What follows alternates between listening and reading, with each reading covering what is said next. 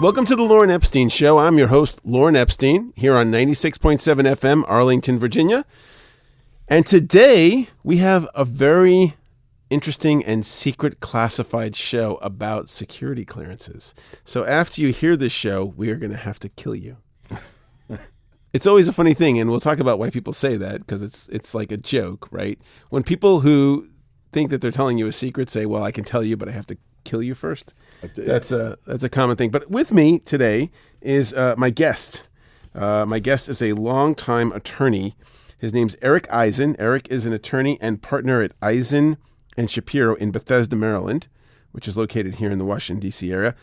Eric began his career in Alaska, where he clerked for the state Supreme Court, canoed down the Yukon River, and frequented the Howling Dog Saloon during dark winter days in Fairbanks. And I howled. And you howled. It's necessary. Nice.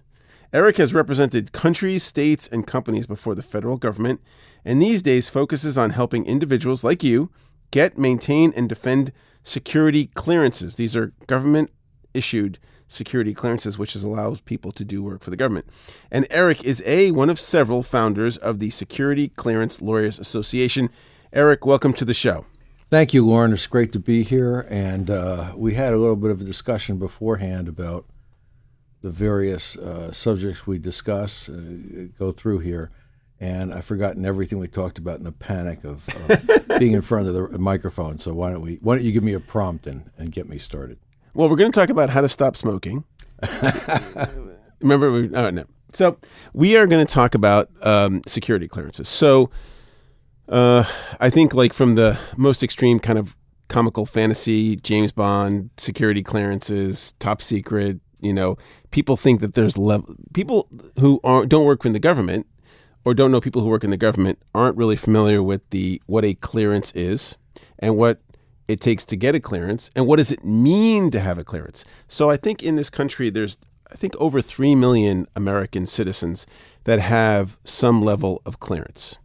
And I don't know if you want me to, but I think I will. I'm going to talk about what the clearances are. Well, let me add a couple of things to what you said there. Sure. The first case I had involved someone who did janitorial work. They cleaned a floor, and they needed a clearance to do that. Sure. So clearances aren't necessarily something you need because you're doing high-level work, you're a scientist or something like that. Anybody who has the potential to access cleared material needs to get that clearance. Mm-hmm. Or even if they don't know, and they may not even know any secrets. Oh, you're right. They're just in the same space. That's exactly as right. the secrets. Right, because after you have the clearance, once you have the clearance, then you are, and I do hand quotes here, which the radio audience can't see, you are read in. That's right. Something. And we'll talk about reading in, too, what that means. But the clearances, so people understand, okay? There isn't like super, super top secret. There are actually really 3 levels of clearance. The first one's confidential. And confidential or public trust is a very basic security clearance. It's a very basic background. And, the idea is that, and the way they define it is that the disclosure of this material would likely cause damage on a national security level. However, 97% of people who apply for confidential get it. So the things that they may look at are your criminal record, possibly your credit record, things like that. Very basic. There's no strong interview or checking with your family or, if you've been to Russia, that kind of thing. The next level of clearance is called secret. And that is just the next level up. We can talk about defining them. And above that is top secret, since it's top. And that's kind of it, other than there are extra things aside of top secret. So there's what's called SCI. And then there's other types of top secret clearances. But the top secret clearances is kind of the top secret. That doesn't get any broader than that. But to give you an example, for instance, there's a clearance called Yankee White. And Yankee White is issued to people who are in contact with the President of the United States. So you won't get that if you work for, the CIA, unless you're in contact with the President of the United States. You work in the White House or around the White House. The people in the communications department, I'm sure, the maids, the cooks, the folks that work there have this kind of clearance. So let's talk about, what what does it do when you have a clearance? Like, why does the government care if you have a clearance or not? Well, let's talk about why an individual should care if they have a clearance or not first, and then just very briefly. Sure. An individual with a clearance, if you're an engineer or a computer scientist, there's a series of jobs that have a great demand and not enough people to fill them. So you will earn more money, whatever you're doing, if you have a clearance working in a cleared space than you will in the rest of the area around here. Why the government wants the clearance is because they're trying to maintain some sort of integrity of the secrecy of things that ought to be secret. And and just as there are 3 levels of clearances, there are obviously different levels of concern about the secrecy of information. Classically, Social Security numbers they're confidential, they're sensitive. If you're in the government, you wouldn't be able to handle those unless you had a public trust or the lowest level clearance. I recently came across a document that marked the classification as sensitive, and I wasn't sure what that was, but I think it's probably in the confidential area.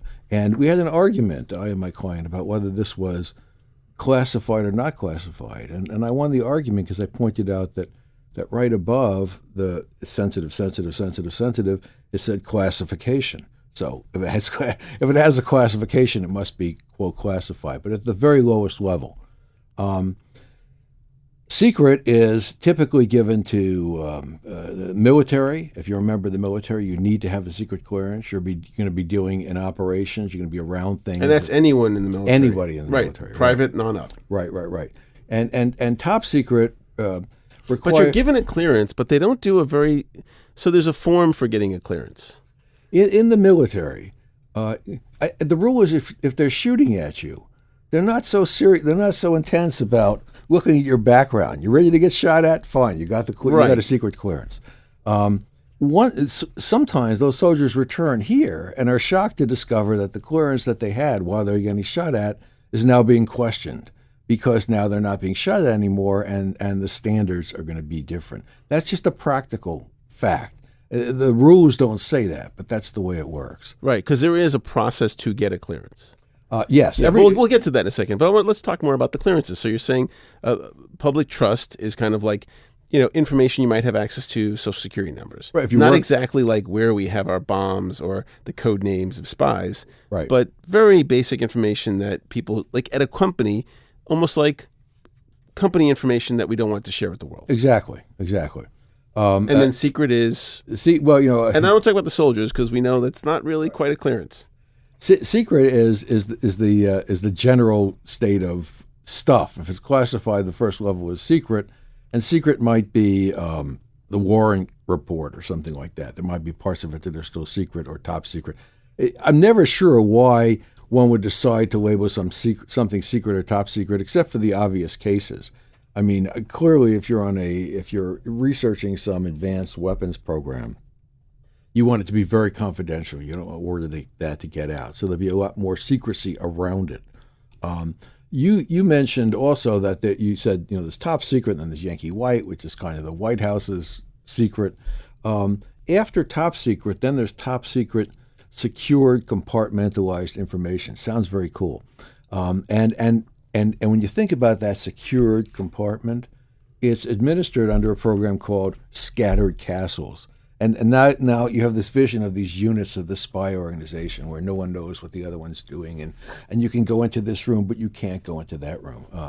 And that's the TSSCI, which is the top of the... So TS is top secret and SCI is scattered... TSSCI is top secret with the privilege to go into a certain, quote, compartment. Right. And the compartment may be a workspace. Right, and to work on a certain project or something like that. And the SCI, you don't really get the SCI until you start the project. Well, you need it. But it doesn't carry over. Right, that's correct. So if you have a TS SCI in one job, that doesn't mean you're going to have it in the next. The next, you may just have your TS. Well, there is a regulation that says that one agency is supposed to respect the next agency's assessments. But agencies have different needs. So, for example, let's sort of back down to secret. My experience has been that if you want to work at Customs and Border Patrol, you can't use the M word in your background. You can't say that you smoked marijuana 5 years ago or 10 years ago. If you have exposure to marijuana, they don't like you. Now, that may be an overstatement, and I may be biased because the cases that I see are the people who have come to me and said, what's happened? But that's what I see. Right, they come to you because they didn't get their clearance. Right, and you're there to help. If I can, and in that case, I say, you said the M word. That agency doesn't want to do that. Now, in those kinds of cases, and in fact, this is a good example. In those kind of cases, if an agency actually goes through the process of evaluating you for clearance and decides that for a reason, we can get into the reasons later, you can't get the clearance, then that's a black mark on your record. I have been denied a clearance. In fact, if you apply for a clearance again, you have to wait a certain period of time, and after you reapply, you have to explain why things are different now before the process will even start again. But often an agency will say, you're just not suitable for this job. And that's what ICE usually does with the marijuana ICE case. is Immigration and Customs Enforcement, right, or Border Patrol, stuff like that. What they'll say is you're not suitable for this job. And people say, what's suitability? And I say, I can't get a job at Hooters as a waitress. I'm not suitable. And I wanted to say, he's in front of me. Yeah. He's not suitable. Trust me. Make sure you know that. Although, I don't know. There's a man's ear, I think. I think in a Kleinfeld show about that. I may be getting there at some point. So, where were we? Well, so we're talking about clearances, and I wanted to have people understand what clearances are and what they mean. So the federal government, and I don't know if the states do this, but the federal government wants people to pass a certain muster, have a certain trust. So what they do is they have people fill out these forms, and these forms allow the government to do different types of background checks to confirm what it is and who you are. So like we said, the first level is public trust, and then there's secret, and then top secret. And with some of these clearances, some of the things that might happen, and if you live in the DC area, this has maybe happened to you, you'll be approached by a retired FBI agent or someone who's in this business of interviewing people, and they will interview you about your neighbor or about your friend who has put you on their SF 86. Exactly. The SF 86 is a very long form. How many pages is it? Well, it's over 100 pages if you print it out, but now it's called an EQIP, EQIP, and it's online. It's electronic. Right, and when it's online, it's sort of one of these decision trees. Right. So it actually ends up being much shorter. I see. So it's a long form that asks you all about you, where you lived, who you lived with, where you worked, who your friends are, what other things? Criminal history, drug use, finances. Have you ever missed? And like finances, like how much money you have. Well, no. Finances like have you ever been over 60 days past due on a debt? Have you ever declared bankruptcy? Have you ever failed to file your taxes? Stuff like that. Often, people aren't aware that some doctor's office has been chasing them for 2 years, and it's a very good idea to look at your credit report before you fill out the SF-86. And so let's talk about the SF-86. What are the things they ask, and how do you prepare? Let me say one thing about the SF-86 with respect to the secret versus top secret. Sure. In some questions, there's a look-back period. It's the same form, whether it's secret or top secret. But there are some questions that have what's called a look-back period, like have you used marijuana in the last 7 years? Secret. For the top secret, you have to look back 10 years. Now, not sure it actually says that on the form, but you're told if you're top secret, look back 10 years. They may, on the EQIP, they may have actually made that adjustment, but the basic form just says 7 years, and everybody knows if it's top secret, 10 years. Let me talk about employment, but that's a very important issue on the form.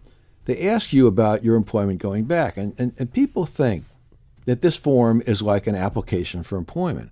It's not. You've already got employed. That's why you're filling out the form. Somebody wants to hire you for something. Now, legally, you transmit that form typically through your FSO or facility security officer if you're working for a contract. An FSO is a person who handles the security clearances, and works for a company. Right.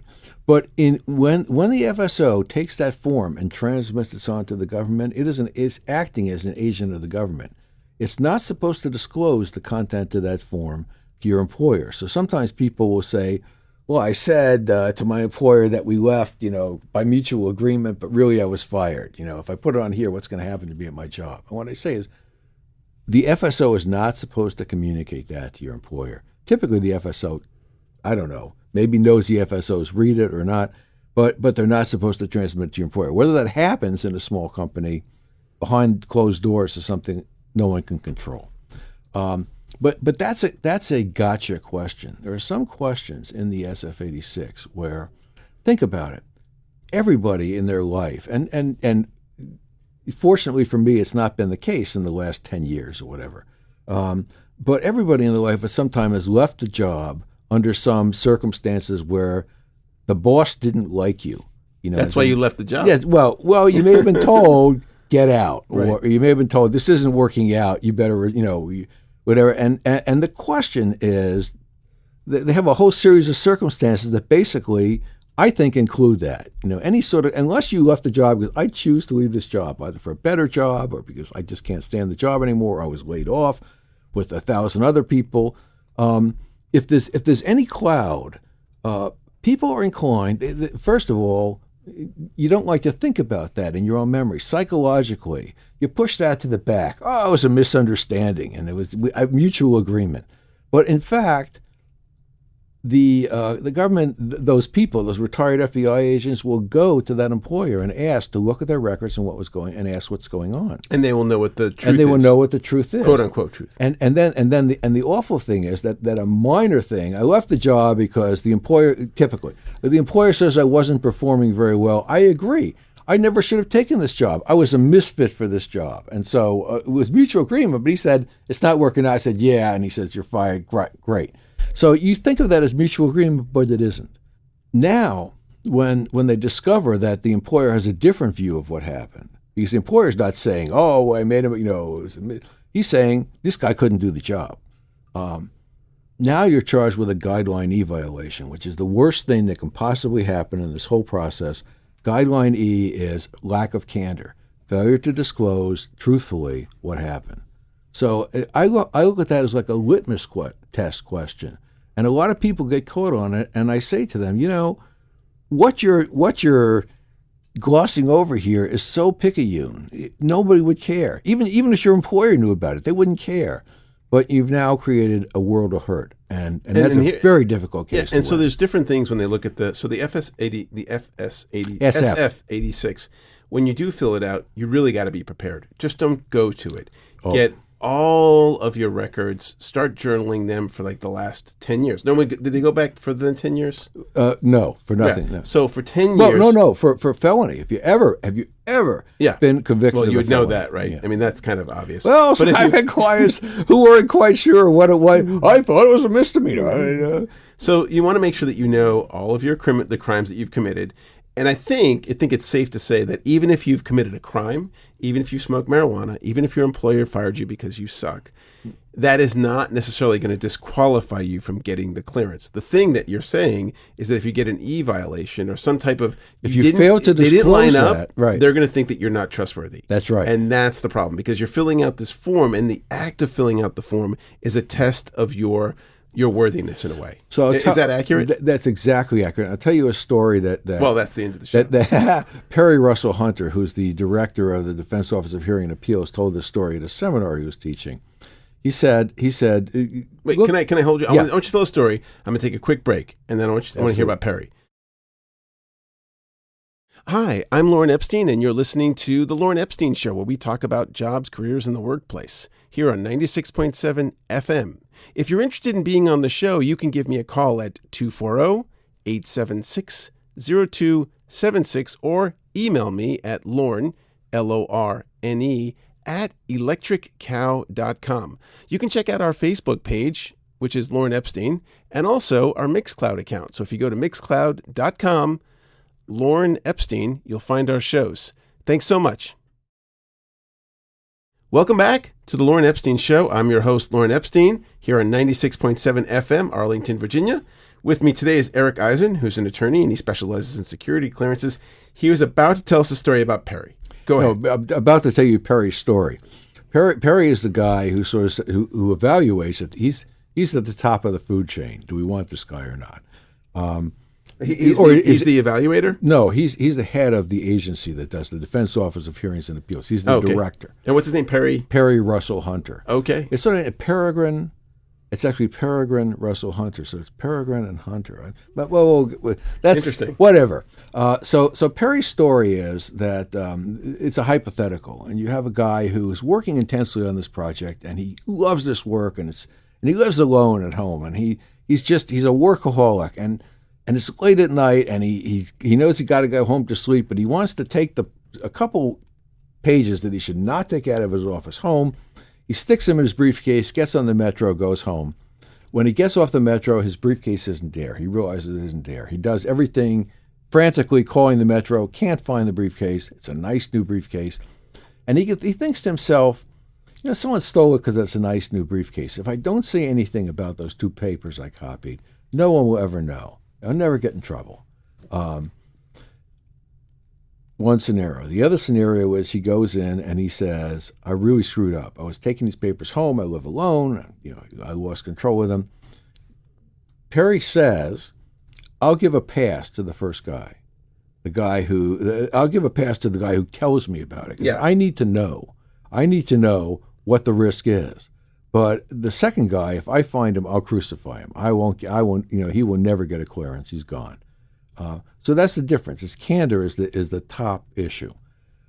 You asked what things the SF-86 asks about other than that. They asked about foreign residences, foreign contacts.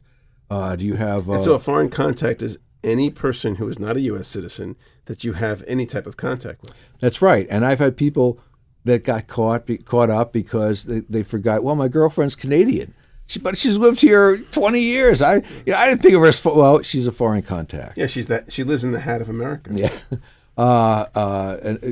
Another issue is mission. I want to read something real quickly. So in February, more than 30 aides to the President of the United States, this president, had their security clearances downgraded, losing their top secret level access.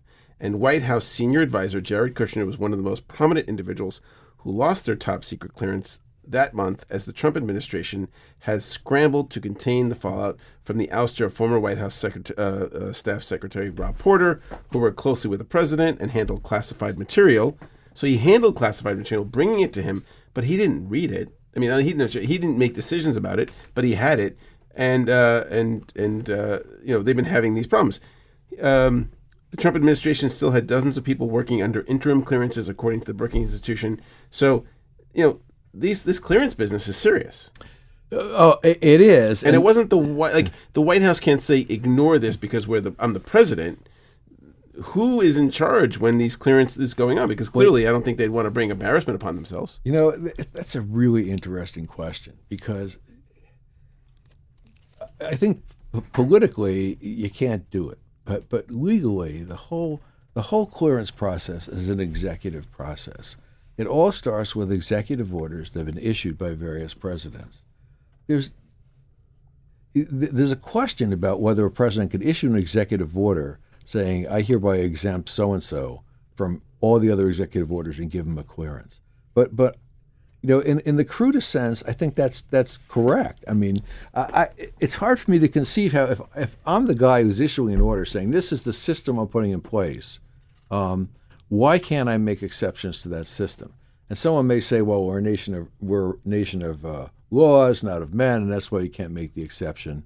And this isn't a law, though. Well, the answer to that may be, but I'm the executive. I am the president. I'm the guy who's supposed to be able to make those difficult decisions that maybe I'm not breaking the law because it's my rule I created, and I've made the decision that there's an exception in this case. No one's ever done that, and I think that would be, well, let's get into a difference. Wait, no. Let's stay on this because so the President of the United States and the other presidents before him are the ones who've made up executive rules that created the security process. Right, and the people who that's where they come from, right? Well, the presidents issue orders, and who the people who they appoint make rules. Right. There are 13 guidelines. They're issued by the president.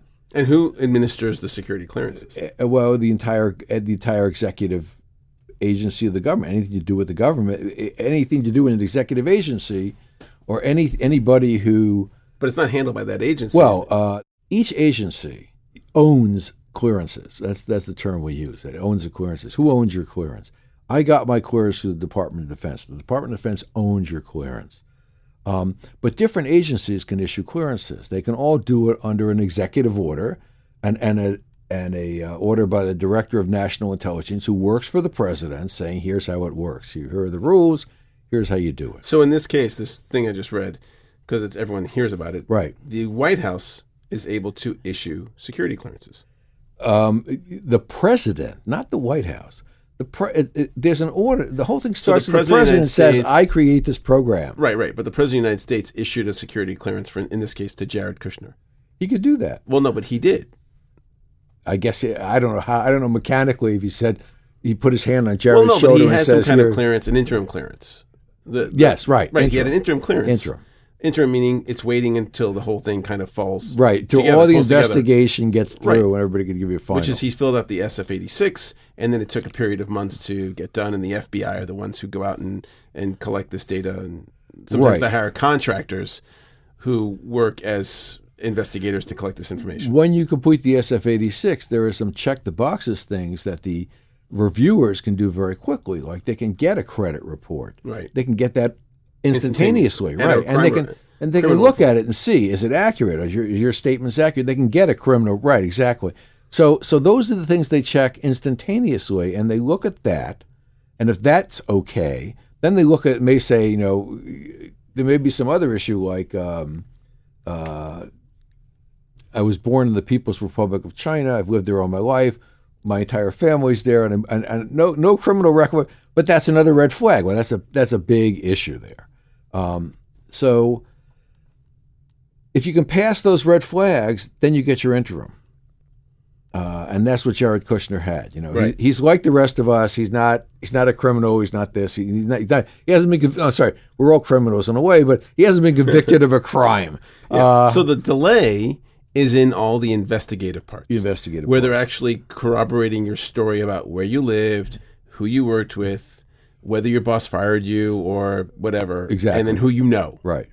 And who you know. Right. Your neighbors, they want to interview your neighbors. I know there's been several times that I've been interviewed by folks because my neighbors have clearances. Sure. Who knows you in your neighborhood? And they actually, just as a side, what they do is that if you live in a house, they'll come around and they'll put little door hangers on a few houses around the person's house who they're getting a clearance for, and then they'll ask them. So they Interesting. I wasn't aware of that. So the neighbor who knows me or doesn't know me doesn't know that I'm giving them. You must live in a neighborhood with a lot of cleared people. Well, here in Arlington, there's a ton there you go.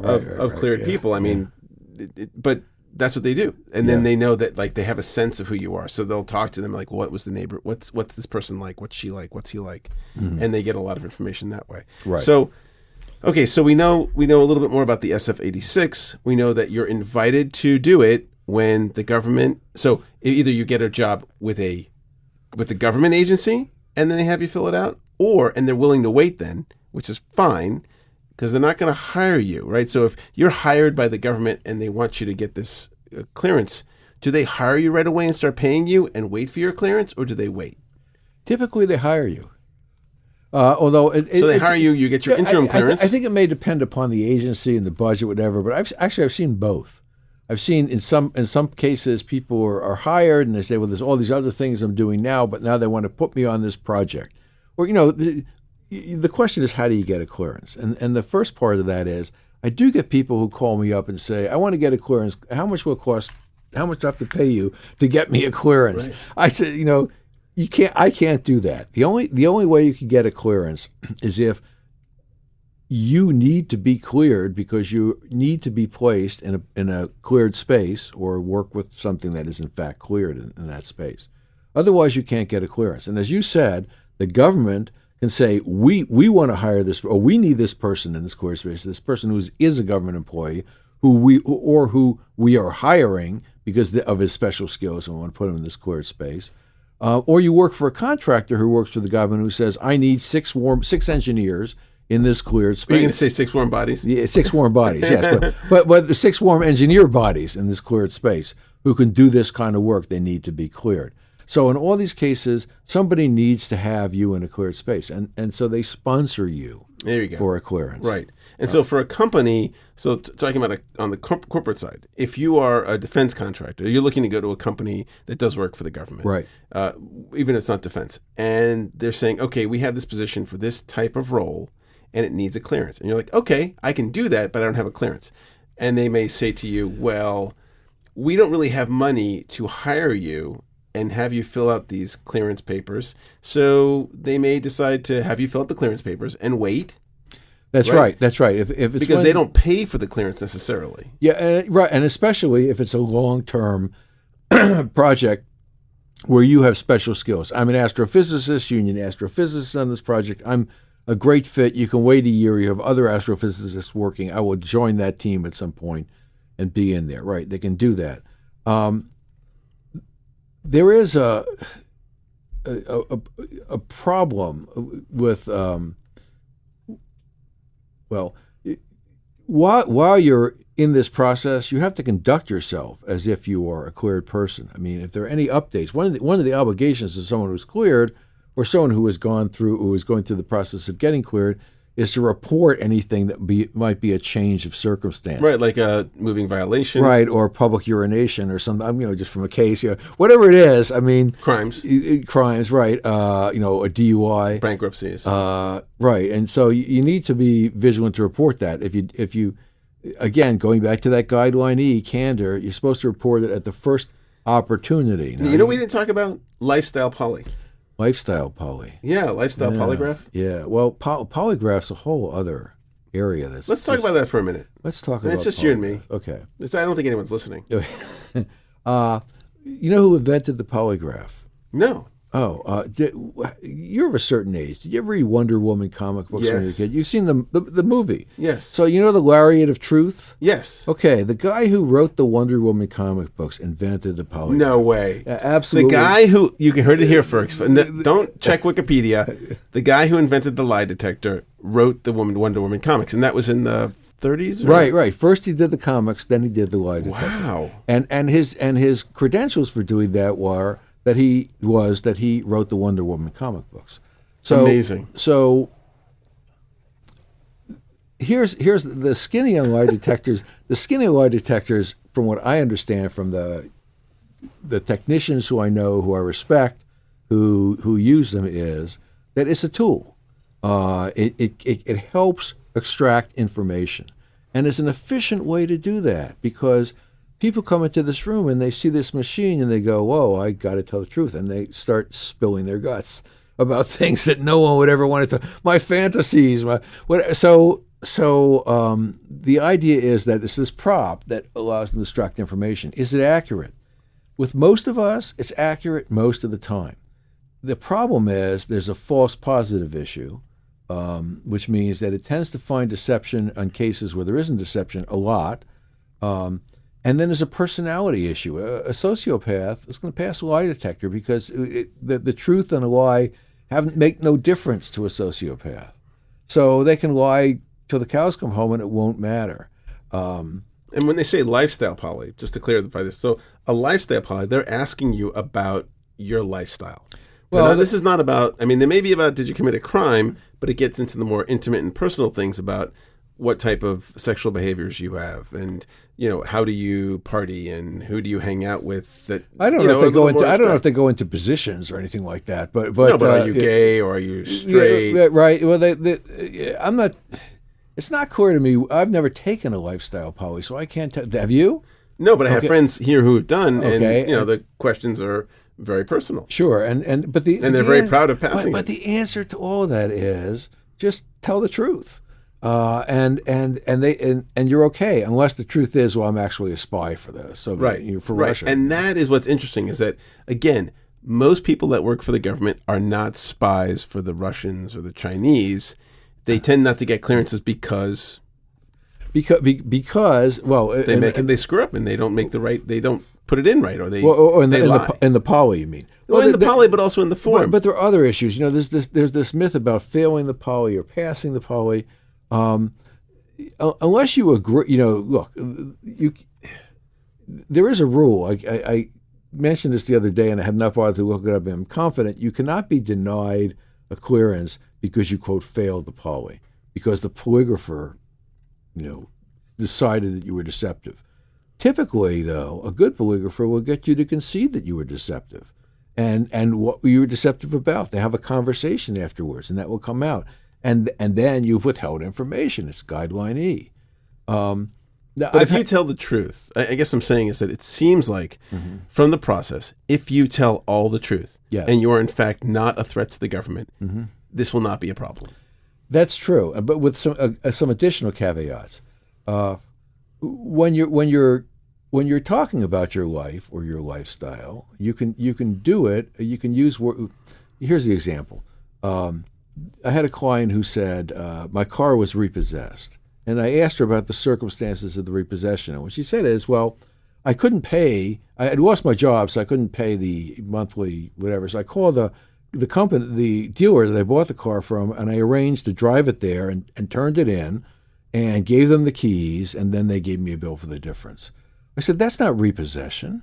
Repossession is when someone comes in the middle of the night and takes your car because you've been not paying the bill for month after month, and it's a very different process, And so the words that you use to describe things to the polygrapher may send them off into like inquiries.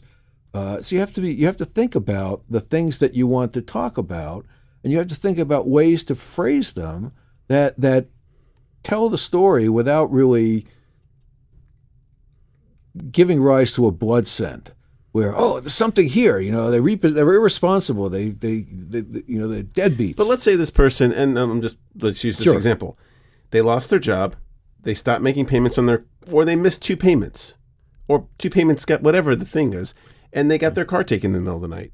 And they said, okay, polygrapher or the form, this is what happened. I got my car repossessed. Yeah, right. I didn't make the payments, and then, I paid it and I got my car back. Right. Like, they're not like, with that, and to me, like what you're saying, again, is if they're straight up, it's like, okay. I think the reason is that it seems like from the days, and I imagine like in my imagination in the 50s and the 60s and maybe in the 70s, they wanted the people to be like really straight-laced.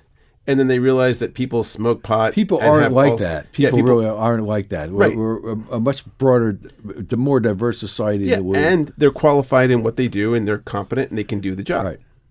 So the problem is that there's also the problem of the personality of the polygrapher, and I don't know, and how your personality syncs with that personality. There are people who go in and they're extremely timid, and mea culpa, I'm guilty. Oh God, this is terrible. And if you get the wrong match, that polygrapher will just smell that blood, and they'll start going, you stink, you're lying, you're scum, and you leave totally devastated, and even though you haven't confessed to anything. Interestingly, there are some people who, going back to the question of suitability versus clearance, there are cases where people can't take the poly. I had a client who every time that she would go into the room where the polygraph was, she'd burst into tears. She was so nervous, she'd burst into tears. And the polygrapher says, I can't take a polygraph with you in this condition. Go, relax, talk to somebody, figure out how to. She couldn't do it. So they said ultimately, you're not suitable. Since we can't do this process, we can't hire you. Right. So now let's say someone has a clearance. So a lot of people who are listening to the show have a clearance. Right. What are some of the things that they could do to lose their clearance? Well, and what do they do if they lose their or put themselves into jeopardy that way? You use the example of the repossession. It talked about if you say that, then you're going to be okay on the SF-86.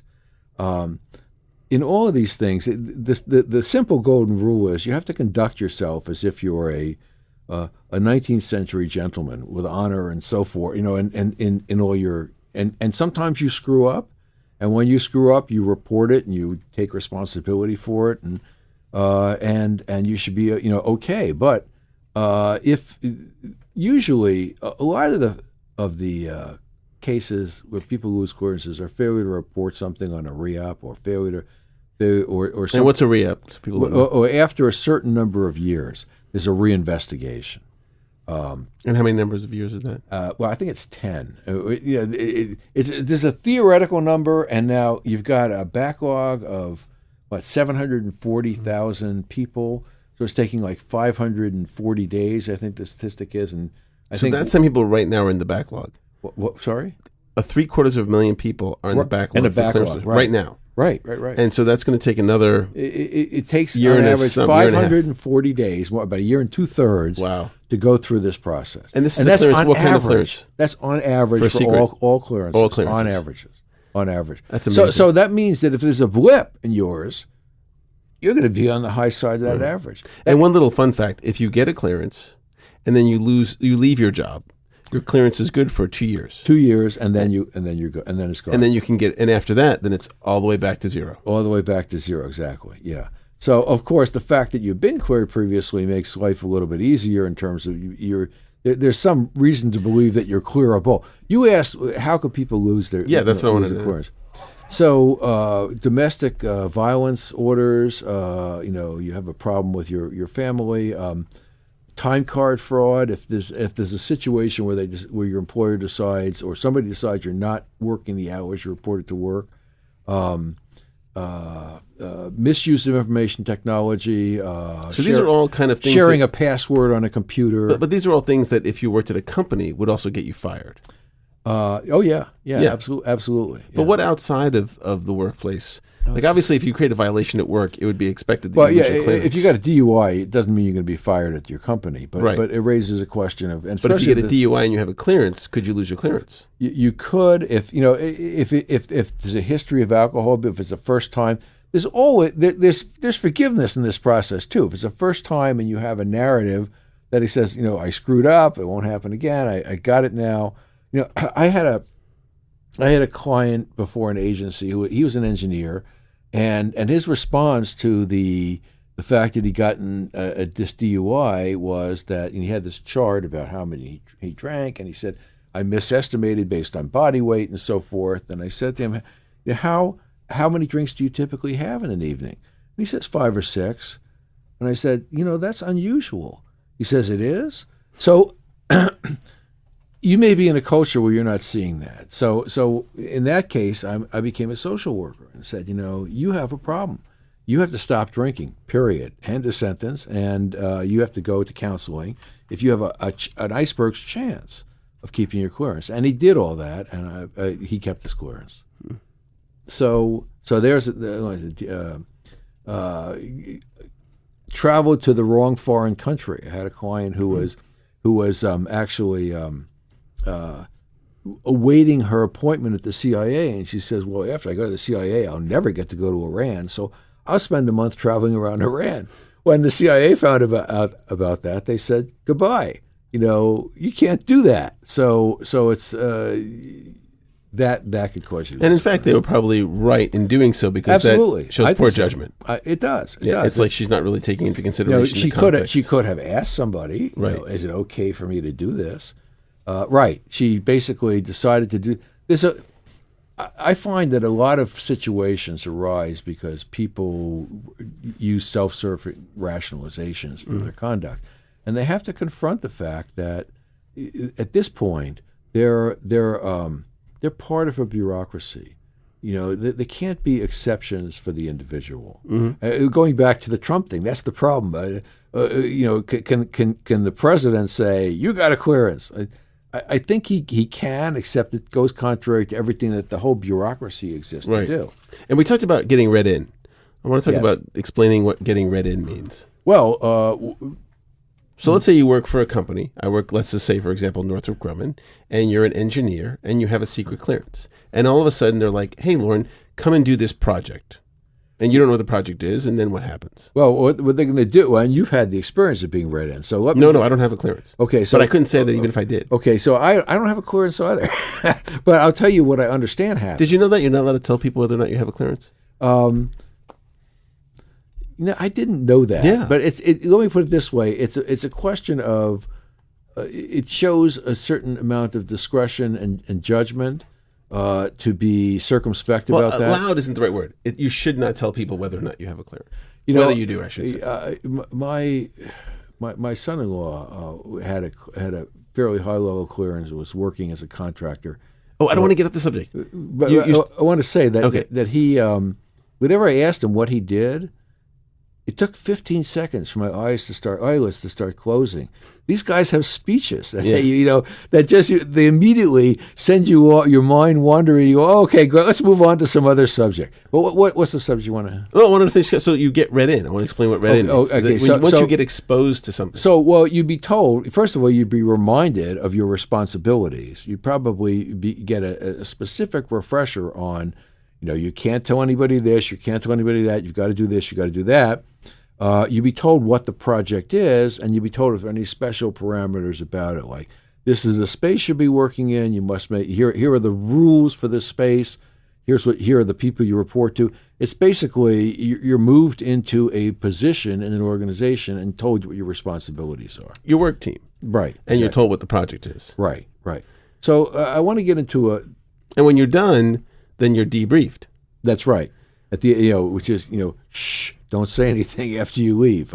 This is you're leaving. Don't tell war stories about what happened while you were here. And I want to so there are jobs where people know secrets. What we would say is, oh yeah, we shouldn't. The Russians, the Chinese shouldn't know this. But a lot of the stuff that's classified, when you hear it, you'd be like, I don't know what it means. I don't know what people could use it for. Is that accurate? That's my sense. Well, see, since I don't have the ability to look at the panoply of stuff that's classified, I can't answer that except by my sense that again, the default on any document. We keep getting back to this question of how bureaucracy works. Right. The default for any bureaucrat is to do the thing that's not going to get them into trouble. There you go. Okay, and that thing is going to be to not mark it unclassified, to not do anything that allows it to be released, and to try to let someone else make the decision. If someone else can't, maybe there's something about it. I'll mark a classified subject to some sort of review. So there's an inclination to classify a lot of stuff that ought not to be classified. Now, recently, I was reading in the Post this morning about how they caught this California killer through the DNA. That was so interesting that they used the DNA of relatives to zero in on him. So there may be information out there that we don't think of as information, or there may be information classified. Why should this be classified? It means nothing. Where some data miner using that information and other information can learn something that is very serious. So there's a reason why one ought to be inclined to not declassify stuff. So there should be an inclination to overclassify. There's that reason for it. Yes, right. That's a good reason. You may not have the vision to understand how this fits into a larger picture, right, where it becomes a very sensitive piece of information.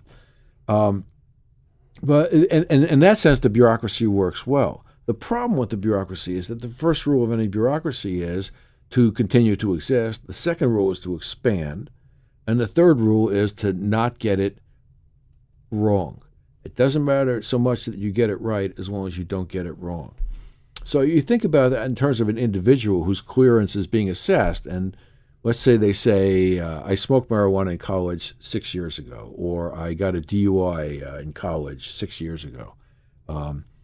Well, that's a round peg that goes into a round hole.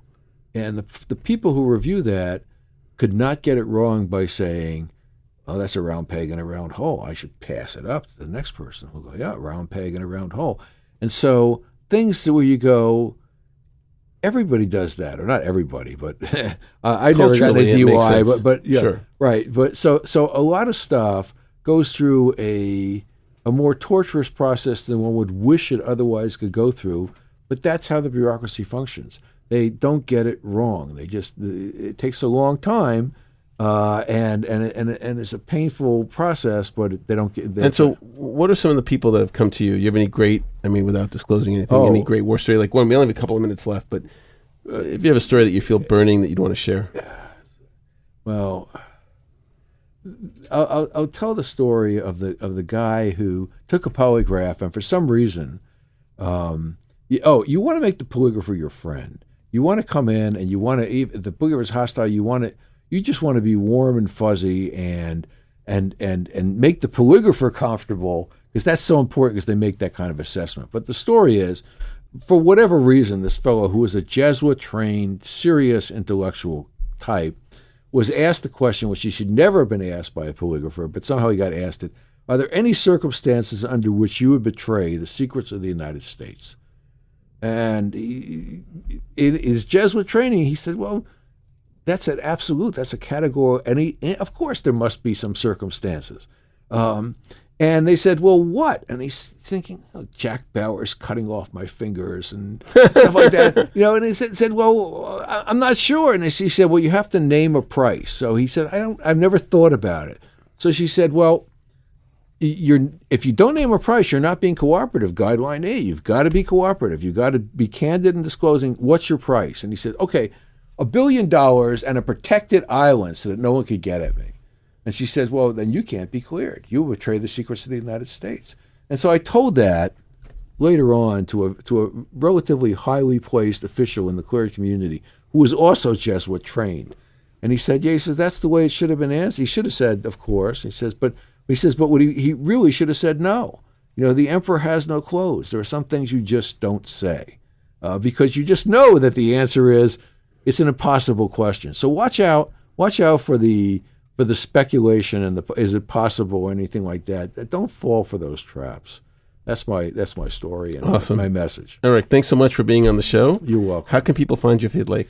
Oh, well, I'm on the internet. Just go Eric Eisen or Eisen and Shapiro or Security Clearance Appeals Attorney, Maryland, and you'll find on Google, and I'm sure you'll find me on the first page. I even have a video there, although I weigh more there. I should change the video. Well, you look great. Thanks so much for coming. Okay. My name is Lauren Epstein. You've been listening to The Lauren Epstein Show here on 96.7 FM, Arlington, Virginia. We'll see you next week.